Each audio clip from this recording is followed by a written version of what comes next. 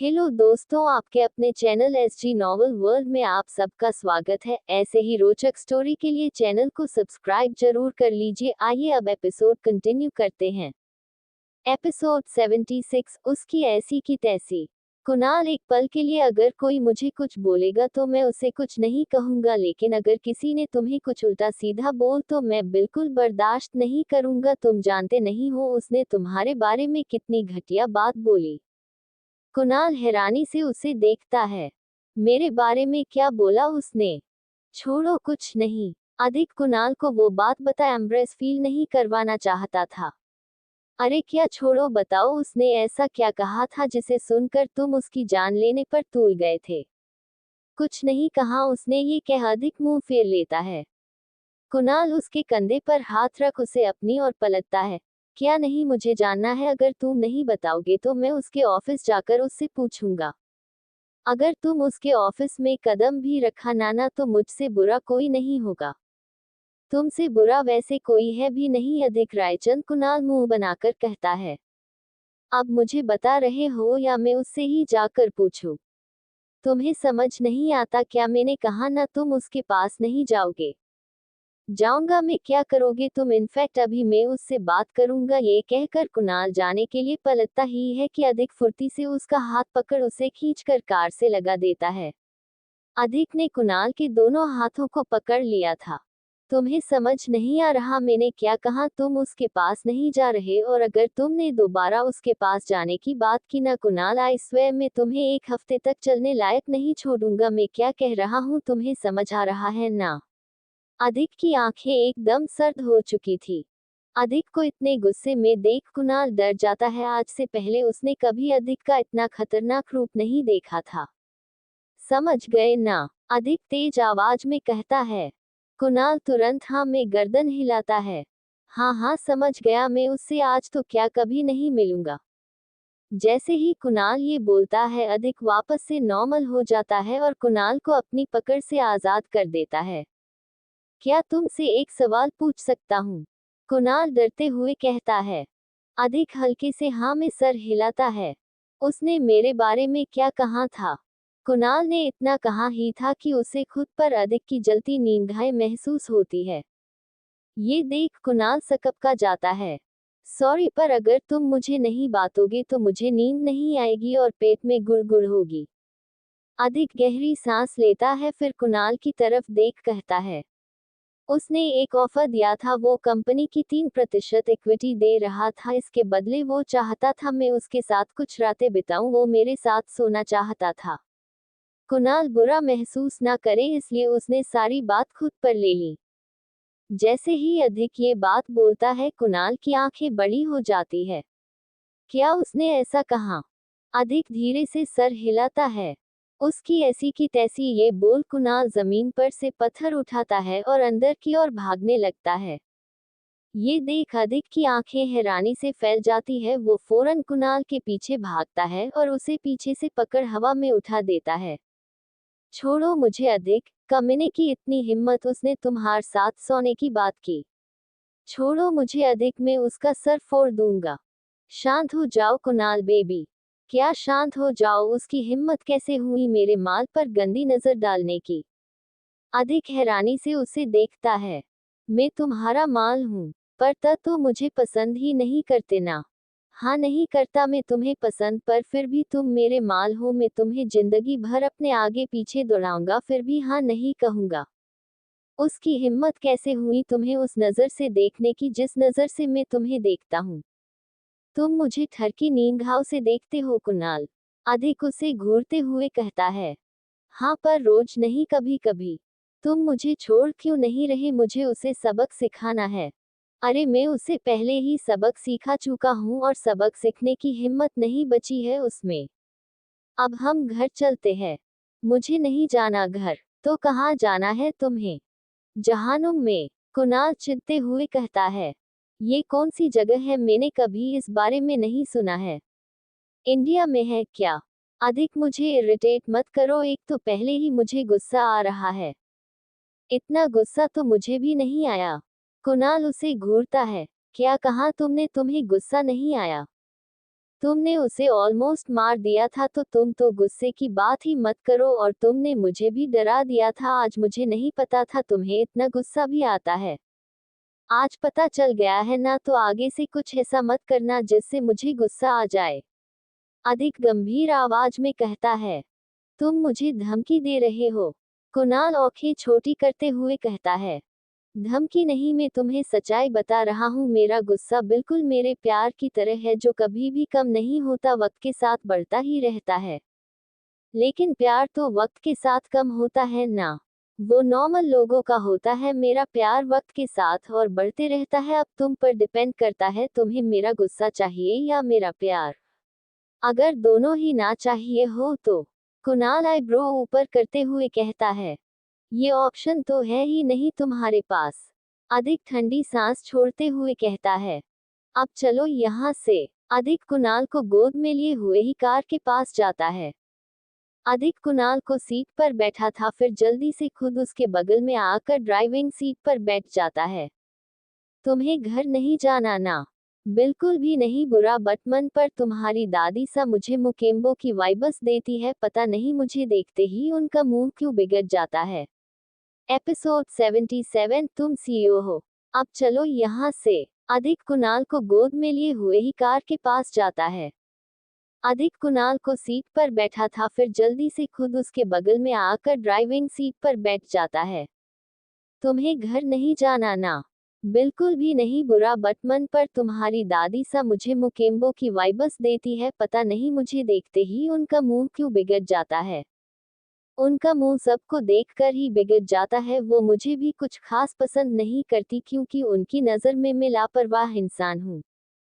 तो गलत क्या कहा है? वो लापरवाह तो तुम हो। जब से मैंने ऑफिस आना शुरू किया है, तब से ही तो तुमने ऑफिस आना शुरू किया है, वरना इससे पहले तो तुम आधे टाइम तो क्लब में मिलते थे। मेरे क्लब जाने की वजह तुम ही हो कुणाल। तुमने मेरे प्यार को ठुकरा दिया। मेरा नादान दिल इस दर्द को बर्दाश्त नहीं कर पाया, और दुख में आकर मैंने पीनी शुरू कर दी। तो तुम्हारे क्लब में रोज पार्टी करने की वजह मैं था। पार्टी करने की नहीं कुणाल डार्लिंग, पीने की। अधिक उसे करेक्ट करते हुए कहता है। बस रहने दो तुम, मुझे पता है तुम वहां एंजॉय करने जाते थे। कुणाल मुंह बनाकर कहता है। तुम्हें कैसे पता मैं वहां पार्टी करने जाता था? अधिक आईब्रो ऊपर चढ़ाते हुए कहता है। ये सुन कुणाल सकपका जाता है। मैंने अंदाजा लगाया। सच तो ये था, कुणाल छुप छुप कर उसकी हर हरकत पर नजर रखता था। अभय और ऋषभ वापस ऑफिस आ गए थे। अभय को विक्रम पर तेज गुस्सा आ रहा था। ऑफिस आते ही वो सबसे विक्रम के बारे में पूछता है, पर किसी को विक्रम के बारे में नहीं पता था। ये देख अभय को थोड़ा अजीब लगता है। वो विक्रम को कॉल करता है, पर विक्रम कॉल नहीं उठाता। अब तो अभय की हैरानी और ज्यादा बढ़ गई थी, क्योंकि विक्रम कितना भी बिजी हो, वो हमेशा उसका फोन उठाता था। ये विक्रम अचानक से कहाँ गायब हो गया? छोड़ो, जब मिलेगा तब उसे अच्छे से सबक सिखाऊंगा। ये बोल अभय अपने काम पर लग जाता है। अभय अपने ऑफिस रूम में काम कर रहा था। ऋषभ उसके पास बैठा फोन में गेम खेल रहा था। बीवी, मेरे पास बहुत काम बचा हुआ है, तो तुम प्लीज मेरी थोड़ी हेल्प कर दो ना। ऋषभ हैरानी से अभय को देखता है। मैं आपकी इसमें क्या मदद कर सकता हूँ? मुझे इन सब के बारे में कोई आइडिया नहीं है। ऋषभ की बात सुन अभय की भौहें तन जाती है। क्या मजाक कर रहे हो बीवी? तुम जिंदल इंडस्ट्रीज के सीईओ हो, और तुम्हें ये बेसिक सा काम भी नहीं करना आता।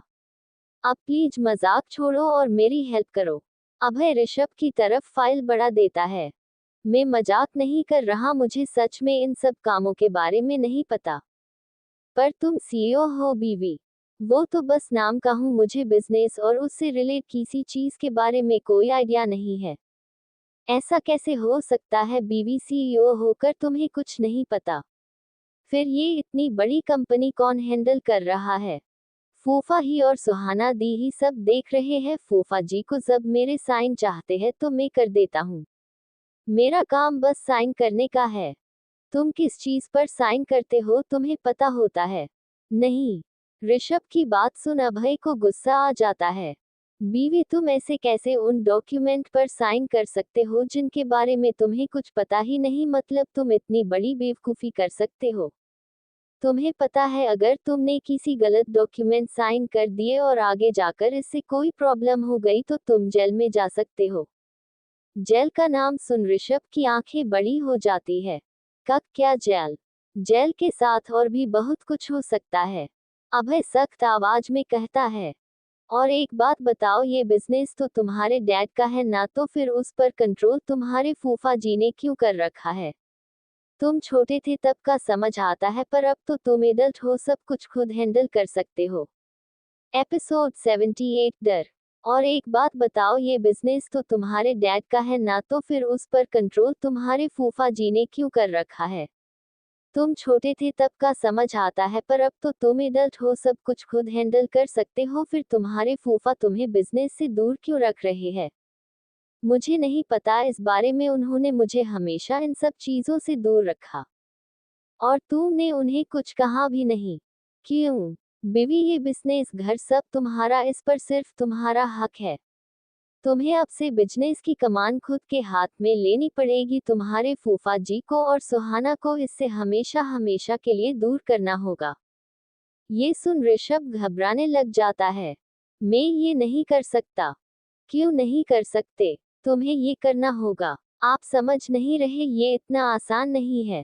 तो तुम समझा दो मुझे, इसमें इतना मुश्किल क्या है? मुझे उनसे डर लगता है। जैसे ही अभय ऋषभ के मुंह से ये सुनता है, उसकी आंखें हैरानी से फैल जाती है। बीवी, तुम्हें उनसे डर लगता है? हाँ, बहुत डेंजरस है वो। बचपन में एक बार मुझसे गलती से उनकी इम्पोर्टेंट फाइल पर पानी गिर गया था, तो उन्होंने मुझे बैट से मारा और फिर पूरे दिन खाना भी नहीं दिया। मैं तो कभी उनसे नजरें मिलाकर बात करने की हिम्मत भी नहीं करता, और आप मुझे कह रहे हैं मैं उनसे अपना हक मांगूं? बिल्कुल भी नहीं, मुझसे ये नहीं होगा। ऋषभ की बात सुन अभय को बहुत गुस्सा आता है। उसका शक सही था, जिंदल परिवार का बिहेवियर ऋषभ के लिए ठीक नहीं था। ऋषभ, तुम्हारी बुआ, क्या वो भी तुम्हें बुरे तरीके से ट्रीट करते हैं? फूफा जी की तरह मारती तो नहीं है, पर वो भी मुझसे बहुत बुरे तरीके से बिहेव करती है।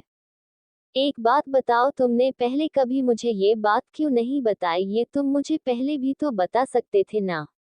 अभय भौएं चढ़ाते हुए कहता है। पहले मुझे आप पर बिल्कुल भी विश्वास नहीं था, और आपने मुझसे जबरदस्ती शादी की तो मैं आपसे गुस्सा भी था, इसलिए मैंने आपको कुछ नहीं बताया। मुझे डर था कहीं अगर मैंने आपको कुछ बता दिया और आपने वो उन सबको जाकर बता दिया तो मेरे लिए बड़ी मुसीबत खड़ी हो जाती। जो कि अब मैं आप पर ट्रस्ट करता हूँ, तो मैं आपको सब बता रहा हूँ, और मुझे यकीन है आप पर, आप कभी मुझे हट नहीं होने देंगे। ऋषभ की बात सुन अभय के दिल को एक सुकून सा मिलता है। उसकी बीवी उस पर विश्वास कर रही थी। अभय ऋषभ के गाल पर हाथ रख बड़े प्यार से उसकी आंखों में देखते हुए कहता है, अब से तुम्हें किसी से भी डरने की जरूरत नहीं है बीवी, मेरे होते हुए कोई तुम्हें हट नहीं कर सकता, और अगर किसी ने तुम्हें हट किया तो मैं उसकी जान ले लूंगा, भले ही वो तुम्हारे परिवार के लोग हो। और हाँ, अब से तुम रोज मेरे साथ ऑफिस आओगे, मैं तुम्हें बिजनेस के बारे में सब बताऊंगा, और जिस दिन तुम सब सीख जाओगे उस दिन तुम अपना बिजनेस खुद हैंडल करोगे। फूफा जी इतनी आसानी से सब मुझे नहीं देंगे, वो पैसे और पावर के लिए पागल है। तुम्हारे पति से ज्यादा पागल कोई नहीं है बीवी। मुझे पता है तुम्हारे फूफा जी जैसे लोगों को कैसे कंट्रोल करना है। छोड़ी ना आप, वो सब आपके पास तो है इतना बड़ा बिजनेस। मुझे प्रॉपर्टी के नाम पर कोई बहस और लड़ाई नहीं चाहिए। फूफा जी को ये सब चाहिए तो मैं उन्हें दे दूंगा। तुम उन्हें कुछ नहीं दोगे? अभय सख्ती से कहता है। आप समझते क्यों नहीं, फालतू में कलेश होगा। वो मुझे इतने आसानी से मुझे कुछ नहीं देने वाले, और सच कहूँ तो मुझे कुछ चाहिए भी नहीं। मेरा बिजनेस में कोई इंटरेस्ट नहीं है। ऋषभ, बात यहाँ तुम्हारी इंटरेस्ट की नहीं हो रही, तुम्हारे हक की हो रही है। तुम्हें पता भी है वह लोग सिर्फ तुम्हें तुम्हारे बिजनेस की वजह से है, तुम्हें अपने साथ रख रहे थे। अगर ये बिजनेस उनके नाम हो चुका होता ना, तो अब तक तो वो तुम्हें धक्के मारकर घर से बाहर निकाल देते। मुझे एक बात बताओ, तुम्हारे डैड ने इतनी मेहनत से इतना बड़ा बिजनेस शुरू किया तुम्हारे फूफा को देने के लिए? नहीं। तो किस लिए शुरू किया? खुद के लिए और अपने परिवार के लिए, वो परिवार जिसमें सिर्फ तुम और तुम्हारी मॉम है, तुम्हारे फूफा बुआ सुहाना उस परिवार का हिस्सा नहीं है। ससुर जी ने इतनी मेहनत की ताकि वो अपने बच्चे को अच्छा बेहतर जिंदगी दे सके, और तुम क्या उनकी मेहनत पर पानी फिराना चाहते हो? अभय ने ऋषभ को उकसाने की पूरी कोशिश की। ऋषभ काफी हद तक उसकी बातों से एग्री भी लग रहा था। एपिसोड 79 फिर से इनका रोना शुरू। खुद के लिए और अपने परिवार के लिए, वो परिवार जिसमें सिर्फ तुम और तुम्हारी मॉम है, तुम्हारे फूफा बुआ सुहाना उस परिवार का हिस्सा नहीं है। ससुर जी ने इतनी मेहनत की ताकि वो अपने बच्चे को अच्छा बेहतर जिंदगी दे सके, और तुम क्या उनकी मेहनत पर पानी फिराना चाहते हो? अभय ने ऋषभ को उकसाने की पूरी कोशिश की। ऋषभ काफी हद तक उसकी बातों से एग्री भी लग रहा था, और उसे एग्री होना भी चाहिए। एक तो वो लोग उसी के घर में उसी के डैड के पैसों पर ऐश कर रहे हैं, फिर भी उसके साथ इतना बुरा बिहेव कर रहे हैं, और सुहाना ने तो हद ही पार कर दी थी। वो तो उसे टॉर्चर रूम में ही भेजने वाली थी। वो तो भला हो अभय का जो सही टाइम पर आ गया और उसने ऋषभ को बचा लिया। बीवी में तुम्हें सब कुछ सिखा दूंगा, फिर तुम कंपनी को अच्छे से हैंडल कर पाओगे। अभय की बात सुन ऋषभ कुछ परेशान सा नजर आने लगता है। ये देख अभय की भौहें सिकुड़ जाती है। क्या बात है बीवी, परेशान नजर आ रहे हो? कोई प्रॉब्लम है क्या? आपको क्या लगता है मैं इतना बड़ा बिजनेस अकेले हैंडल कर पाऊंगा? बिजनेस के लिए तो एक्सपीरियंस की जरूरत होती है, जो मेरे पास नहीं है। तुम्हारे पास नहीं है तो क्या हुआ, मेरे पास तो है ना। और जब तक तुम अकेले सब कुछ हैंडल करने के काबिल नहीं बन जाते, जब तक मैं तुम्हारे साथ रहूंगा तुम्हारी हेल्प के लिए। तुम अकेले नहीं हो, मैं हूं ना तुम्हारे साथ, और मुझे तुम पर पूरा विश्वास है कि तुम सब कुछ अच्छे से कर पाओगे। आखिर तुम्हारे अंदर एक बड़े शातिर बिजनेसमैन का खून है, और बीवी गलतियां सबसे होती है। इंसान सीखते हुए ही तो गलतियां करता है, और अगर वो गलतियां नहीं करेगा तो सीखेगा कैसे? और तुम भी गलतियां करोगे तभी तो सीखोगे ना। ओह, तो मतलब मुझे सीखना है तो मुझे गलतियां करनी होगी? ऋषभ अभय को घूरते हुए कहता है। हाँ, पर इसका मतलब ये नहीं कि तुम जानबूझकर कोई गलती करो। जानबूझकर की गई गलतियों से तुम कुछ नहीं सीख पाओगे। जो गलती तुम अनजाने करोगे उससे कुछ सीखोगे। समझ गए तुम? अभय उसे उंगली दिखाते हुए कहता है। अभय उसकी उंगली पकड़ नीचे कर देता है और फिर बड़ी सी मुस्कान के साथ कहता है, सब समझ गया। जब इतने प्यार से समझाने वालों हो तो मैं कैसे नहीं समझूंगा। अच्छा, सब समझ जाते हो, बस मेरे दिल का हाल ही नहीं समझते हो। मैंने आपके दिल का कौन सा हाल नहीं समझा? ऋषभ हैरानी भरी नजरों से उसे घूरते हुए कहता है। अच्छा, कितनी बार तुम्हें सुहागरात के नाम के ताने देता हूं, पर तुम पर उन तानों का कोई असर नहीं होता। अभय मुंह बनाकर कहता है। मुझ पर आपके तानों का कोई असर नहीं होने वाला। जिंदगी में इतना सब्र किया है, थोड़ा और कर लो, सब्र का फल मीठा होता है। ऋषभ मुस्कुराते हुए कहता है। सब्र का फल मीठा नहीं, बुढ़ापा होता है बीवी। अभय नाराजगी से कहता है। अभय की बात सुन ऋषभ की भौहें सिकुड़ जाती है। सब्र का फल मीठा नहीं, बुढ़ापा होता है बीवी से आपका क्या मतलब है? इस सब में बुढ़ापा कहाँ से आ गया? बीवी अगर ऐसे ही इंतजार करवाते रहे तो मैं बूढ़ा हो जाऊंगा। ये सब्र मुझे बुढ़ापे की चरम सीमा पर ले आएगा। हद करते हैं आप, मुश्किल से 4 दिन नहीं हुए हैं हमारी शादी को और आप बुढ़ापे का राग गलते रहते हैं। अरे, इतनी ही बुढ़ापे की चिंता थी तो पहले शादी क्यों नहीं की? ऋषभ हल्की नाराजगी से कहता है। पहले मेरी उम्र ज्यादा नहीं थी। अच्छा, सिर्फ 4 दिन में आपकी उम्र बढ़ गई। ऋषभ की बात सुन अभय सकपका जाता है। छोड़ो ये सब बातें। हाँ हाँ, जब कोई अच्छा जवाब नहीं मिला तो कुछ और बात करते हैं। Typical Indian husband mentality. अच्छा, अगर मैं टिपिकल इंडियन हस्बैंड हूँ तो तुम भी टिपिकल इंडियन वाइफ जैसे हो। बात बात पर मेरे साथ झगड़ने लगते हो और बेचारे मासूम पति को थोड़े से प्यार के लिए भी तरसाते हो। अभय छोटा सा मुंह बनाकर कहता है। हे भगवान, इनका फिर से सुहागरात का रोना शुरू हो गया। परेशान कर दिया है इन्होंने मुझे। एक काम कीजिए, आप अपना काम कीजिए, मैं अंदर जाकर बैठता हूँ। ये कह ऋषभ अंदर जाने के लिए मुड़ता ही है कि तभी अभय पीछे से उसका हाथ पकड़ लेता है। क्या कर रहे हो बीवी? एक तो इतना सारा काम है और तुम भी इतने मुश्किल वक्त में मेरा साथ छोड़कर जा रहे हो। मैंने आपसे कहा ना, मुझे ये सब काम नहीं आता, मैं इसमें चाह कर भी आपकी मदद नहीं कर सकता, सॉरी। बीवी काम में मदद नहीं कर सकते पर मेरी बोरियत तो कम कर सकते हो ना, अभय शरारत से कहता है। मैं कुछ समझा नहीं, अभी समझाता हूँ, इतना बोल अभय ऋषभ को खींचकर अपनी गोद में बिठा लेता है। अभय की इस हरकत से ऋषभ चौंक जाता है। ये क्या कर रहे हैं आप? बीवी तुम्हारा चेहरा सामने होगा तो मुझे बोरियत कम होगी, और अगर तुम्हारा दिल करे तो बीच बीच में कुछ कर सकते हो जिससे मेरा मूड लाइट हो जाए। बीच बीच में कुछ कुछ से आपका क्या मतलब है? ऋषभ उसे घूरते हुए कहता है। बीच बीच में कुछ कुछ से मतलब है किश, तुम मुझे किश कर मेरे मूड को लाइट कर देना, और अगर तुम कुछ और भी करना चाहो तो वो भी कर सकते हो, तुम्हें मेरी तरफ से सब कुछ करने की आजादी है। अभय के होठों पर तिरछी मुस्कान थी।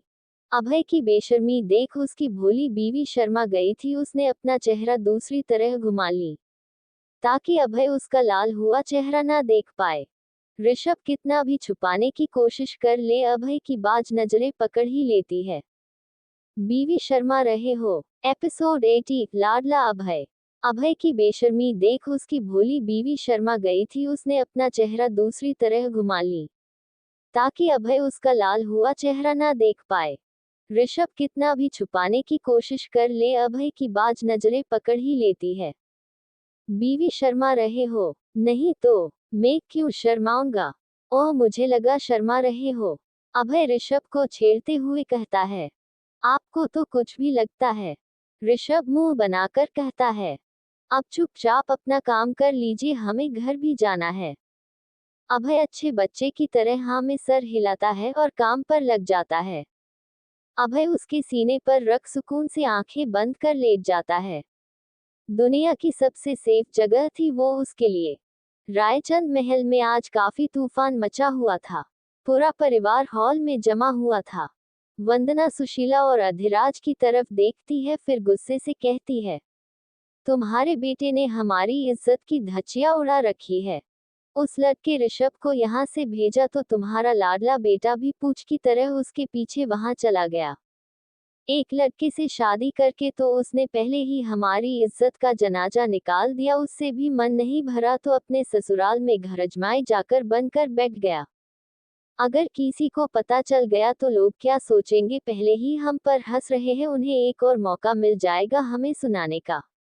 सुशीला और अधिराज भी परेशान हो चुके थे। वंदना रोज उनको ऐसे ताने मार रही थी जैसे उन्होंने ही अभय को ये सब करने को कहा हो। वंदना बड़ी थी इसलिए वो उसे कुछ कहने की हिम्मत नहीं करते थे।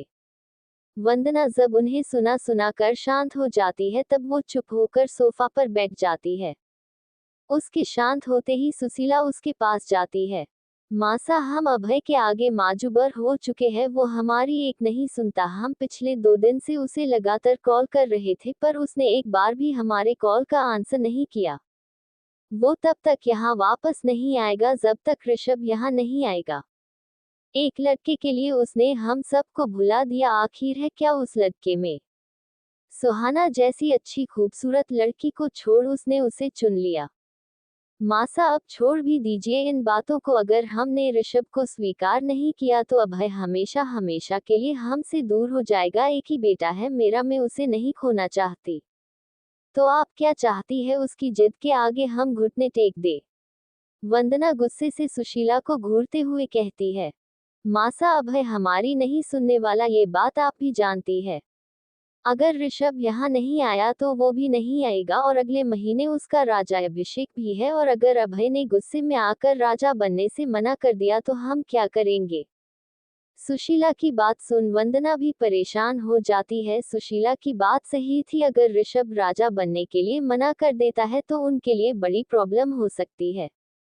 अगर ऋषभ राजा बनने के लिए मना कर देता है तो परिवार की बहुत बदनामी होगी और उनके परिवार का सबके सामने तमाशा बन जाएगा, कोई उनकी इज्जत नहीं करेगा। वंदना गहरी सांस लेती है, फिर सुशीला की तरफ देखती है। ठीक है, हम आज ही जाकर उस लड़के और अभय को यहाँ ले आएंगे, लेकिन हम बता देते हैं हम कभी भी उस लड़के को स्वीकार नहीं करेंगे।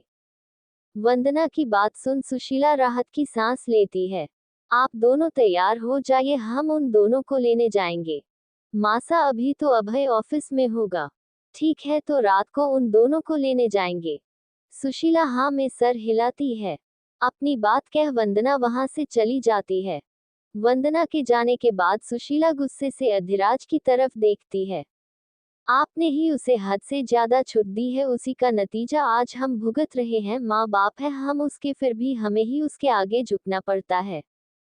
होने वाला राजा है, लोगों को झुकाने का हुनर तो उसमें होना ही चाहिए ना। अधिराज प्यार से सुशीला को समझाते हुए कहता है। कुछ ज्यादा ही हुनर सीख लिया है उसने, जो अब अपने माँ बाप को ही अपने आगे नचा रखा है। सुशीला अधिराज को घूरते हुए कहती है। शांत हो जाओ सुशीला, गुस्सा होने की बजाय तुम्हें तो उस पर प्राउड करना चाहिए। अधिराज की बात सुन सुशीला की आंखें छोटी हो जाती है। क्या कहा आपने, मुझे उस पर प्राउड होना चाहिए? अच्छा जी, आप मुझे बताने का कष्ट करेंगे मुझे उसकी किस चीज पर प्राउड होना चाहिए। बाकी का नेक्स्ट एपिसोड नेक्स्ट पार्ट में कवर करेंगे। कहानी को लाइक शेयर कमेंट जरूर करें और प्लीज लाइक भी जरूर करें। Thank you.